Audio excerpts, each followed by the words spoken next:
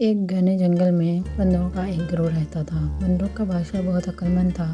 ایک دن اس نے اپنے گروہ کو اکٹھا بلایا۔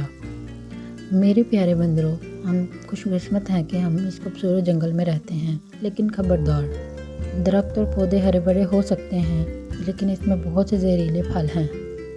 تالاب صاف ہو سکتا ہے، چمکتا ہو سکتا ہے، لیکن اس میں بھی بھوت رہتا ہے۔ اسی لیے مجھ سے پوچھے بغیر کچھ نہ کھاؤ اور نہ پیو۔ اگلے دن ایک بندر کو پیاس لگی، اس سے بادشاہ کی یاد آئی اور اس سے بات کرنے چلا گیا۔ بچے، فکر نہ کرو، بادشاہ نے کہا، میں تالاب کی چھان بین کروں گا کہ یہ محفوظ ہے۔ جب وہ تالاب کے قریب پہنچا تو اس نے دیکھا کہ بڑے بڑے قدم اندر جا رہے ہیں لیکن باہر نہیں آ رہے۔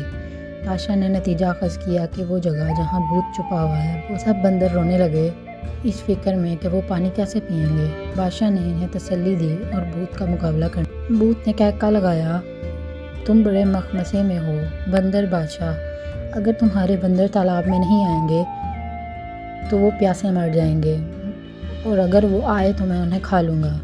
بادشاہ نے سوچا، مجھے کوئی حل تلاش کرنا چاہیے۔ اس نے اپنے بندروں سے بانس کے ٹکڑے جمع کرنے کو کہا۔ کھوکھلی بانس کی چھڑیوں کو آپس میں جوڑ کر اس نے ایک بڑا پائپ بنایا جو تالاب کا پانی چوستا تھا۔ بندر اپنے دل کی خواہش کے مطابق پانی کے قابل ہو گئے تھے۔ سب کی طرف سے بندر بادشاہ کو سلام۔ بندروں نے نعرے لگائے اور وہ بھوت جسے بندر بادشاہ نے اپنی سمجھداری سے شکست دی تھی، وہ لمبے چہرے کے ساتھ تالاب میں واپس چلا گیا۔ سب چیزیں مشکل لگیں تو کبھی ہمت نہ ہاریں، بندر بادشاہ کی طرح باصبر اور ہوشیار رہیں۔